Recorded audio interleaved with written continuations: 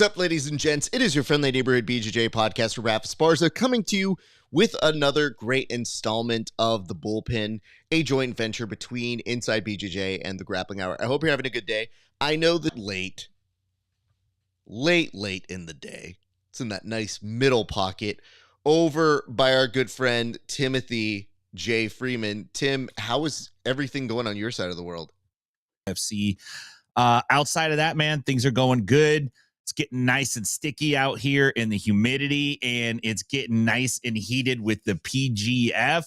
We just wrapped up the draft, and we have the season right ahead of us on July 20th. I don't necessarily stalk them a ton on their Facebook or their Instagram. Occasionally, I'll see a story pop up, but it's not programmed in my brain to follow them like they're characters yet. So have you seen anything pop out since the draft for those guys? A ton of drama yet with this new season coming up, but, you know, give it a week or two. I'm sure it'll be right back up there. I mean, we're going to see some more stuff unfold for these gentlemen. Let's see. I have a list here. I'm going to go off the list. Looks like we got, is that Team Drysdale on the left there? So I see how this is that Team Drysdale on the left there? So I see how this is. I see how it's lined up. It's a row. Okay. So it looks like we got team lined up. It's a row. Okay. So it looks like we got team Canuto, Canuto, some vets. There's some finishers. There's some guys that can force an opponent to throw up a vets. There's some finishers. There's some guys that can force an opponent to throw up a zero. So I think that's a pretty decent team. And he did, if you look at Euro, so I think that's a pretty decent team. And he did, if you look at Canuto, like what he paid outside of Ferreira, which I think he went like 6,400 outside of Ferreira, which I think he went like 6,400 on the rest of the guys obsessed with challenging me to a hot dog eating contest. Now, I don't know where this comes from.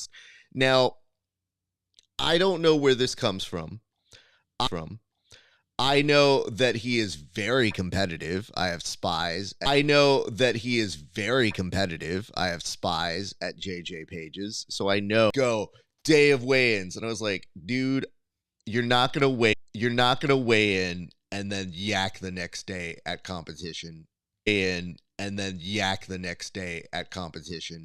Like, I can't come back on the show and be like, well, JJ Bowers now has you take him up on it. Yes. Let's go day of weigh-ins. Take him up on it. Yes. Let's go day of weigh-ins. And then you veteran alpha him back. And then when he has a bellyache the next day, and he's got to hit up Mama Natalie for some, it's sushi. And he's got to hit up Mama Natalie for some, it's sushi. So that way when you eat lots of stuff, it's worth it. A lot of hot dogs is probably it's worth it.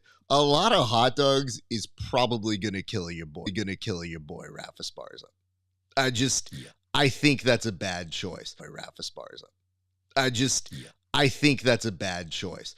And he will not get riled by any of the roasts. He's like, you can't affect me. And I said, you haven't seen him yet. So he's put the challenge out to me, and I'm much better at this than even eating.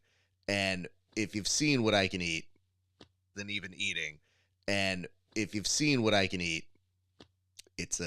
I will tell you, the mix of vets and newcomers on each team was very equally distributed. So to me, I see like there are going to be some people who are going to have to be those anchors to the teams, and those people are going to have to be those anchors to the teams, and those people who make sure that would be part of the way he spent his money. And it's not in the traditional way you think it is. So you might know about it, Natalie. That might be a heads up.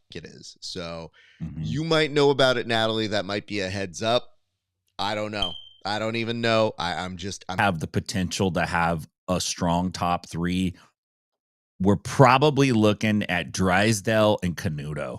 They both, especially Drysdale's team, there's a decent chance that three of those guys are able to. If you are looking at how all of these teams shake out, I am intrigued to see who the silent gatekeepers are going to be, because like if those people can stop you from getting points, everybody's fashion sense. Now, okay, I hear you guys. I hear you saying, "Wow, Raf, are you guys going to critique the fashion?" And to which I say, absolutely we are, because okay. But what I can tell you is every one of us put in a little bit of knowledge, years of looking at other people being here to give you this breakdown, this analysis. So, Tim, what's going to happen now is I love BMAC, but we might be going more is less here. And hear me out. He's got the finance bro zip up fleece thing or whatever plaid finance bro. And then he brings it to the streets with the hat flipped around backwards in the shades. Overall, I like the look. I think he needs a little more facial hair to kind of rough it up a little bit and make it. And then the subtleness of the glasses, not quite aviators, but looks pretty close. And the backwards hat. I'm not going to say he's going to be somebody who's going to abduct anybody off the streets, but if you the suit is shiny. It's satiny. And I kind of like that. I think it's, it's definitely says something. I like the sun, and the mullet mop top thing is interesting. I like that it's not even, right? Because then he would just look like a kid cut, like he went to Supercuts and they said give him a little boy haircut. But yeah, Jet looks like and it was a full on like the jacket and the pants were both the same type. I wasn't sure he had that in him. So the fact that he came, I fall on that, Tim, because I feel like it's bringing more attention that you didn't wear a tie. Or, and I hate to ruin this for him, does not count as a tie. Maybe he thought it was a tie. Yeah. Bring up here Andy Varela. Where did we fall in Andy Varela's fashion? I like Andy Varela's fashion. I think this is a good look. This is probably something I myself is a stylish older. So far, Varela's got the top look. Ascot, and then you think that picture's taken at the Playboy Mansion. I want to bring this up for Andy Varela. Andy Varela looks like he's about to go golf with DJ Khaled's for coaches standards. I actually might have expected a little bit more, and I couldn't tell if he was just scared by Chris Olivo. And I thought he figured if he's going to go all the way out there, maybe he should be a little more reserved, given that. Let's move on over to Matt Mash. Was closer to the body style because not everybody did that. But Tim, what were your initial thoughts from him? Probably a kid that doesn't dress up much. And that's kind of the look. I think the hair kind of like gives it this essence like, I don't give AF, so he pulls it off just fine. And he's Matt Mash, so he's got a dope name on top of it. Dressed to the nines. Or, you want to make sure that you're not giving off some kind of energy that just says, I'm here to take your order, sir. So that's all. Moving on. Very olive. He's I love you guys. I love you all.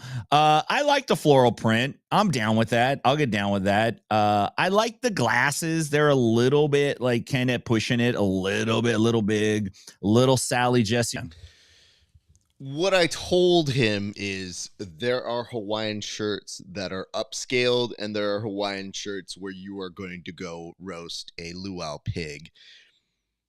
I think he fell more into the latter than the former. Just consider next time you do this. Just put that into the thought process when you get ready. We're going to move now to Zach Schneider. Here being told that he was actually on the least wanted list at his school. But for this gave a good pop. I was a little surprised by that from Zach Schneider. What were your initial thoughts, Tim? My initial thoughts are, is this PGF draft or am I watching a still shot from the show Cheater jacket on it? So overall, I think he did okay. Not the best still shot. He does look like he's very defensive right now, or he's getting ready to be defensive. But nice job on the colors. shortly before, guys, I got injured today. And he sends the cry laugh emoji. And I'm thinking, that's what this dude does. His face is now permanently stuck like the cry laugh emoji, mid face. And he's like, yeah, I'm serious, but I got my upper unbuttoned and I got my sleeves rolled up. He looks like he's in pain. Looks like he may have given too much blood, right? At the clinic. Side of a desk at a Wells Fargo, about to tell you some exciting options for your credit. The other thing that stands out to me here is he looks so stressed out. Like the half rolled up sleeves. Do you know where the eyebrows end and the hair begins? Because I do not. It all blends in a way that has me slightly concerned. Is this eyebrow hair or hair brows? Where are we on this? Like he looks like he's like a young divorcee with 2 small kids, right? And he kind of looks like a different person versus when he has the hat on. When he has the hat on, I can't tell that. Maybe it would have given more attitude. He was also wearing, if I remember correctly, some like maroon pants. And I thought that was an interesting juxtaposition. Not enough. I'm not quite sure what to make of this. Like, to me, he seems like the missing member of Monty Python. There are a lot of confusing things, but about his fashion in particular here, Tim, what did you fall? It is an interesting look for a guy that's going to fight. You know, looks like he should be working at Tilly's, something like that, right? You know, Hot Topics or some kind of skate shop. I don't understand what the assignment here is, but there's a lot going on. So, Tim, maybe just explain what you saw in person and what was standing out to you there. This is like crazy Russell Brand, right? This is the vibe that I'm getting from the outfit. I think it's dope. I do think that Chris probably spent more on the clothes. Times when I looked at him and I thought, he seems like the villain in Snow Dogs. Like he's just short of pointing at a bunch of dogs and being like, get them. So I don't know. I feel like he should be on still have a couple more to go through. He might have been the best dressed. Yeah. But that doesn't take away from the villainy of him or the fact that Cruella de Vil looked at his coat and said, you can see a little of the chest hair. But I was wondering if the collar buttons up at the right place. Here's what I'm talking about, guys. Sometimes that collar, it's a little high presentation as when you saw it in person. A couple. One is this guy's doing his best to impersonate telling me. That collar's awfully high. Like it's a widespread collar, but you ain't buttoning that collar up. That's a 15-inch pencil neck collar right there. It's not going to happen. I'm also not sure here, Tim. I'm not for that, Rob. I was not sure that was going to be the direction we were going, but props to you, sir. Let's move on. Rafael Freire, right here, making the Gary who knows he's got somebody in the reels. Like, Tim, there's a lot going on here, but what make you of this? Man, we got a young Richard Ramirez on our hands right here. This is this guy is frightening. The on our hands here with Rafael Ferreira. So, yeah, I mean, the only thing that would make this worse is if he was licking the lips. Like, this is already a bad look, but that's the one that would really make you go, like, get out of my house, young man. It's very tactical. Like, this dude probably has a concealed carry on him just based on the way he's